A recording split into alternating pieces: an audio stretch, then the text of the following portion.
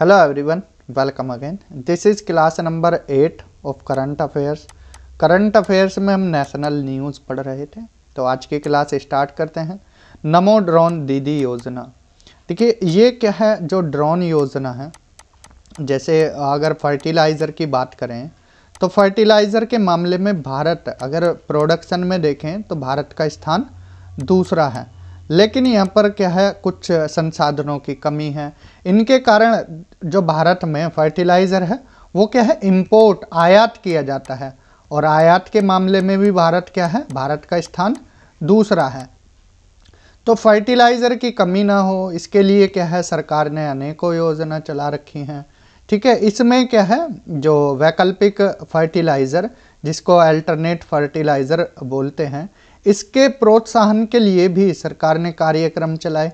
एक liquid nano fertiliser भी आपने पढ़ा होगा, लिक्विड नैनो फर्टिलाइज़र, जो कि लिक्विड की फॉर्म में आता है, एक कैन में आता है, छोटी सी कैन में, तो उसको भी क्या है, यूज़ कर सकते हैं। ठीक है सॉरी, जो नैनो यूरिया है या नैनो डीएपी है, अब इनको क्या है, तरल पदार्थ के रूप में, मीन्स लिक्विड की फॉर्म में खेतों में छिड़का जाएगा। किसकी हेल्प से? ड्रोन की हेल्प से। ठीक है, ड्रोन की हेल्प से। तो इसीलिए ये नमो ड्रोन दीदी योजना प्रधानमंत्री जी द्वारा चलाई गई। ठीक है, कुछ पॉइंट याद रखना। 28 अक्टूबर 2024 को कृषि एवं किसान कल्याण मंत्रालय, ministry of agriculture and farmers welfare, तो इनके द्वारा क्या है, नमो ड्रोन दीदी योजना का ऑपरेशनल गाइडलाइन जारी कर दी गई हैं। ठीक है, इसको मंजूरी कब दी गई थी? 29 नवंबर 2023 को केंद्रीय मंत्रिमंडल ने नमो ड्रोन दीदी योजना को मंजूरी प्रदान की थी लास्ट ईयर। ठीक है, जैसा कि हमने बताया कि 30 नवंबर 2023 को प्रधानमंत्री नरेंद्र मोदी जी ने प्रधानमंत्री महिला किसान ड्रोन केंद्र का शुभारंभ किया था, और ये केंद्रीय क्षेत्र की योजना है। अब इसमें किया क्या जाएगा? देखिए अवधि याद रखना, 1261 करोड़ रुपए निर्धारित किए गए हैं। 15,000 चयनित महिला एसएचजी ग्रुप इनको ड्रोन प्रदान करेगी। ठीक है, इसमें क्या है, शुरू के जो 500 ड्रोन हैं वो किसके द्वारा? उर्वरक कंपनियों द्वारा प्रदान किए जाएंगे, और जो बचे 14,500 हैं वो केंद्रीय सहायता के माध्यम से दिए जाएंगे। ठीक है जी, तो इसमें खर्चा कितना आ जाएगा एक ड्रोन में? उसमें खर्चा कम से कम 10 लाख के आसपास तक चला जाएगा। ठीक है, तो गांव की महिलाओं को चयनित किया जाएगा, उनको फिर बताया जाएगा कैसे ड्रोन उड़ाना है, कैसे छिड़काव करना है, ये सारा प्रशिक्षण दिया जाएगा, उनको एक तरह की ट्रेनिंग दी जाएगी। तो उन्हीं जो फीमेल हैं, जो गांव की महिलाएं चयनित होंगी, ग्रामीण महिलाओं को ही ड्रोन दीदी में रूपांतरित किया जाएगा। समझ आया जी? प्रधानमंत्री जी ने 15 अगस्त 2023 को जो 77वां स्वतंत्र दिवस था, इसके अवसर पर ड्रोन दीदी योजना की डिक्लेरेशन की थी। 11 मार्च 2024 को प्रधानमंत्री जी ने 1000 नमो ड्रोन दीदी को ड्रोन सौंपे थे। याद रखना है, नमो ड्रोन दीदी योजना किससे रिलेटेड है? ठीक है, फर्टिलाइज़र के छिड़काव वगैरह से रिलेटेड है। पूरी यहाँ पर हमने चीज़ें बताई हैं। करंट अफेयर्स का कोई भी क्वेश्चन आए गलत मत करना है। ठीक, नेक्स्ट है हरियाणा तथा जम्मू और कश्मीर विधानसभा चुनाव। इसमें सिंपली आपको याद क्या रखना है, किस जिले में चुनाव हुआ है, उसकी सीटें, मुख्यमंत्री का नाम, ठीक है, जो इम्पोर्टेंट चीज़ें हैं, और किसकी सत्ता है, किस पार्टी की सत्ता है, कौन सी पार्टी सत्ता में आई है। ठीक है, ये 3 चीज़ तो मुख्य रूप से याद रखना। हरियाणा में विधानसभा की सीटें टोटल 90 हैं। ठीक है, चुनाव किसने जीता? बीजेपी ने बहुमत के साथ। 90 में से कितनी सीटें मिली यहाँ पर बीजेपी को? 48 सीटें बीजेपी को, 37 कांग्रेस को मिली। ठीक है, तो बीजेपी यहाँ पर सत्ता में आई, तीसरी बार, लगातार तीसरी बार बीजेपी यहाँ पर सत्ता में आई है। और मुख्यमंत्री कौन बने हैं, उनका नाम याद रखना, नायब सिंह सैनी। देखिए यहाँ पर उनका नाम आ जाएगा। सीटें जैसा कि हमने बताया, बीजेपी 48, 37 कांग्रेस और 2 इंडियन नेशनल लोकदल, 3 निर्दलीय। ठीक है, नायब सिंह सैनी दूसरी बार मुख्यमंत्री बने और बीजेपी तीसरी बार सत्ता में आई हैं। पूछा जाए कि नायब सिंह सैनी से पहले मुख्यमंत्री कौन थे, मनोहर लाल खट्टर थे। तो ये नाम इस तरह से भी याद रखना, ठीक है, मनोहर लाल खट्टर। जम्मू कश्मीर की अगर बात करें, टोटल कितनी सीटें हैं, 90 सीटें हैं, ठीक है। कितनी सीटें हैं जम्मू कश्मीर में, 90। और हमने हरियाणा में कितनी देखी थी अभी, यहाँ भी हमने कितनी देखी, 90। 90 है, याद रखना, हरियाणा और जम्मू कश्मीर में, ठीक है। 3 चरण में चुनाव हुए थे। एक इंपॉर्टेंट बात याद रखना है यहाँ पर, जो धड़कई गांव है, धड़कई गांव है, यहाँ पर 1005 मतदाताओं ने भी वोट डाले।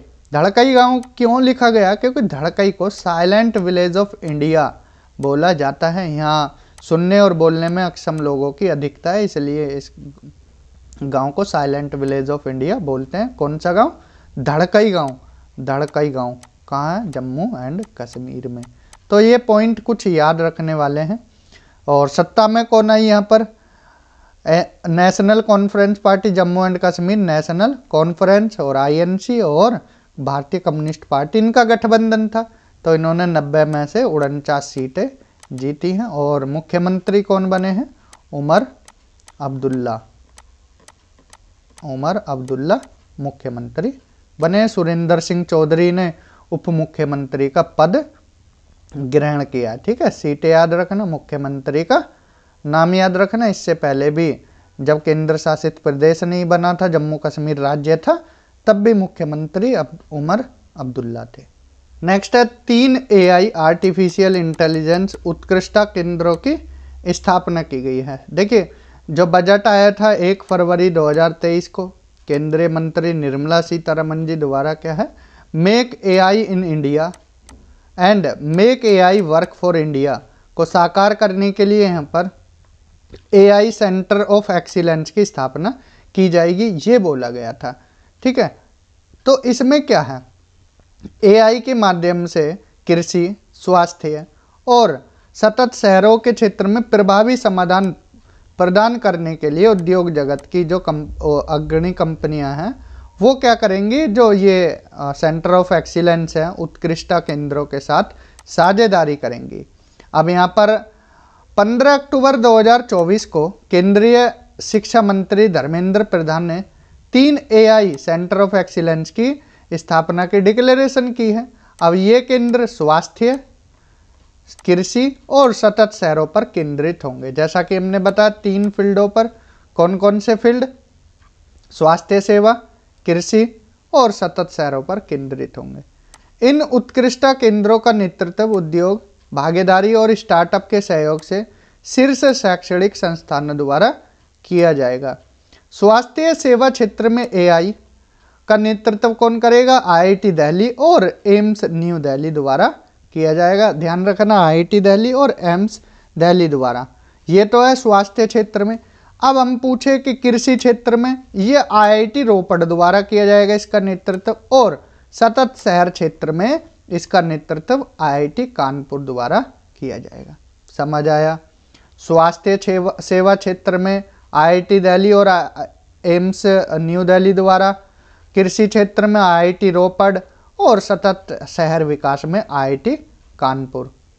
इसकी लागत 990 करोड़ रुपए के कुल वित्तीय परिव्यय के साथ इन 3 AI उत्कृष्टता केंद्रों की स्थापना को मंजूरी प्रदान की है। 2023-24 से वर्ष 2027-28 तक की अवधि रहेगी इसकी, ठीक है।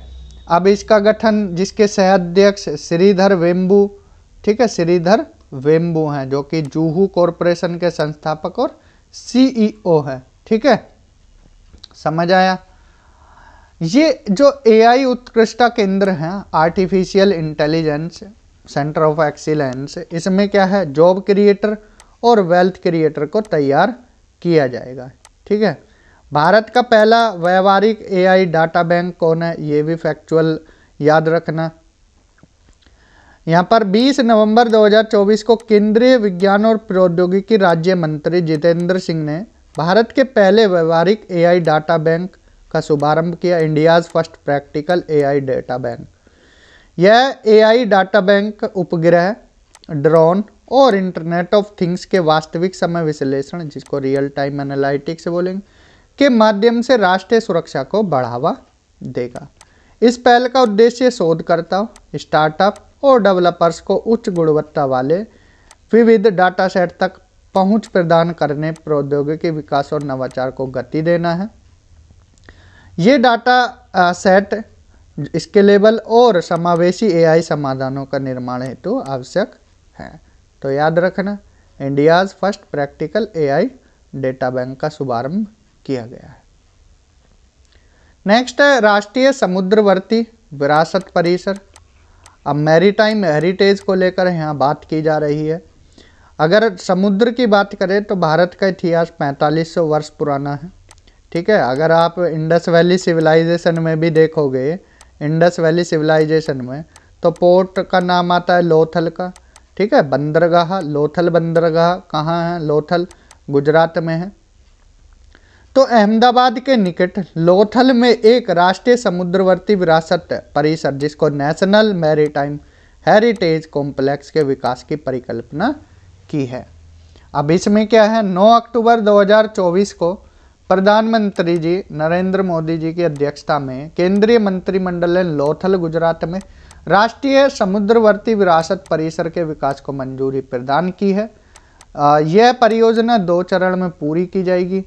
चरण 1A, चरण 1B को EPC engineering, procurement and construction model में विकसित किया जा रहा है, जबकि चरण 2 का विकास लैंड सबलीजिंग PP के माध्यम से किया जाएगा। PPP, ठीक है, पब्लिक प्राइवेट पार्टनरशिप, इसके तहत किया जाएगा। अब चरण 1A, फेज 1A की बात करें तो वैसे इतना डीप पूछेंगे नहीं आपसे एग्जाम वगैरह में, बस आप याद रखना है कुछ चीज़ें। 6 दीर्घाव गैलरी सहित NMC संग्रहालय की स्थापना की जाएगी। इसमें भारतीय नौसेना और भारतीय तटरक्षक बल के लिए समर्पित एक गैलरी का निर्माण भी किया जाएगा, जो देश की सबसे बड़ी गैलरियों में से एक होगी।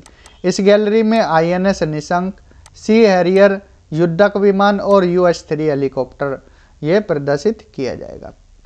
प्रतिकृति मॉडल भी शामिल होगा लोथल नगर का। ठीक है, इसके साथ फिर चरण 1B, फेज 1B, इसमें 8 और दीर्घाओं को जोड़कर सुविधा का विकास किया जाएगा। पहले में 6, फिर 8। ठीक है, फिर चरण 2 चलेगा, कोस्टल स्टेट पवेलियन का निर्माण किया जाएगा, थीम पार्क बनाए जाएंगे, maritime and naval theme park बनाए जाएंगे, monuments park, adventure and amusement park बनाए जाएंगे।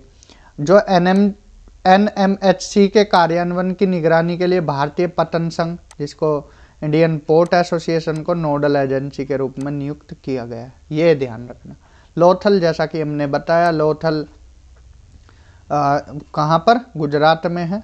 ठीक है, और लोथल इंडस वैली सिविलाइजेशन के प्रमुख नगरों में से एक है और 2400 साल पुराना प्राचीन शहर है। ठीक है जी।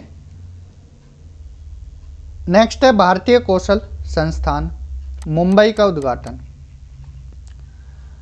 इसका उद्घाटन किसके द्वारा किया गया है? प्रधानमंत्री नरेंद्र मोदी जी द्वारा। केंद्रीय सरकार ने युवाओं को अधिक रोजगार योग्य, एम्प्लॉयबल और सेल्फ सस्टेनेबल बनाने के माध्यम से भारत को skill capital of the world के रूप में स्थापित करने की परिकल्पना की है। इसके लिए काम भी कर रहे हैं। इंडियन इंस्टीट्यूट ऑफ स्किल की स्थापना के प्रस्ताव को स्वीकृति प्रदान की है। प्रधानमंत्री ने सिंगापुर के इंस्टीट्यूट ऑफ टेक्नोलॉजी एजुकेशन के अपने दौरे के दौरान उससे प्रेरणा लेते हुए सर्वप्रथम देश में भारतीय कौशल संस्थान की स्थापना का विचार प्रस्तुत किया था।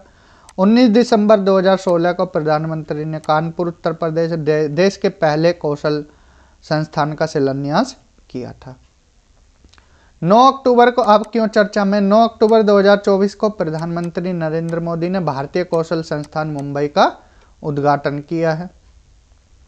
इस संस्थान को PPP model, public private partnership के तहत स्थापित किया गया है, जिसमें Tata India institute of skill के मध्य साझेदारी के माध्यम से स्थापित किया गया है। राष्ट्रीय कौशल प्रशिक्षण संस्थान के अंतर्गत 4.17 एकड़ के विशाल क्षेत्र में की गई है। इस संस्थान का लक्ष्य जो आधुनिक प्रौद्योगिकी से लैस और व्यवहारिक प्रशिक्षण प्राप्त वर्कफोर्स को तैयार करना है, जिसे उद्योगों में से कार्य हेतु तैनात किया जा सके। यह संस्थान चौथी औद्योगिक क्रांति की जरूरतों को पूरा करने के लिए आवश्यक कौशलों एवं दक्षताओं में प्रतिवर्ष 5000 छात्रों को क्या है, प्रशिक्षित करेगा। ठीक है, जबकि भारतीय कौशल संस्थान IIT कानपुर द्वारा मेंटोर्ड है। ये किसके बारे में बताया जा रहा है, जो भारतीय कौशल संस्थान मुंबई और भारतीय कौशल संस्थान अहमदाबाद को केंद्रीय कौशल विकास और उद्यमिता मंत्रालय और टाटा समूह के तहत बनाया जा रहा है। ठीक है, ये मेंटोर्ड है IIT कानपुर और युवाओं को बढ़ती प्रौद्योगिकी में प्रशिक्षित करने और उन्हें उन्नत कौशल प्रदान करने के उद्देश्य से नवंबर 2023 में IIT कानपुर और भारतीय कौशल संस्थान कानपुर के बीच एक MOU साइन हुआ था। इस AMU के तहत IIT कानपुर 5 वर्षों तक भारतीय कौशल संस्थान कानपुर का मार्गदर्शन करेगा। तो कुल मिलाकर बात यह है, IIT कानपुर क्या है, मार्गदर्शन कर रहा है IIT किसको, भारतीय कौशल संस्थान कानपुर को। और यहाँ पर अब क्या है, भारतीय कौशल संस्थान मुंबई का उद्घाटन हो गया है। इससे पहले एक और था जो कि हमने बताया, कौन सा, अहमदाबाद भी है। ठीक है, भारतीय कौशल संस्थान अहमदाबाद, ये ध्यान रखना। तो आज की वीडियो में इतना ही करते हैं। नेक्स्ट वीडियो में हम 5 भाषाओं को शास्त्रीय भाषा का दर्जा यहाँ से शुरू करेंगे। तो इस वीडियो में इतना ही। Thank you, have a good day.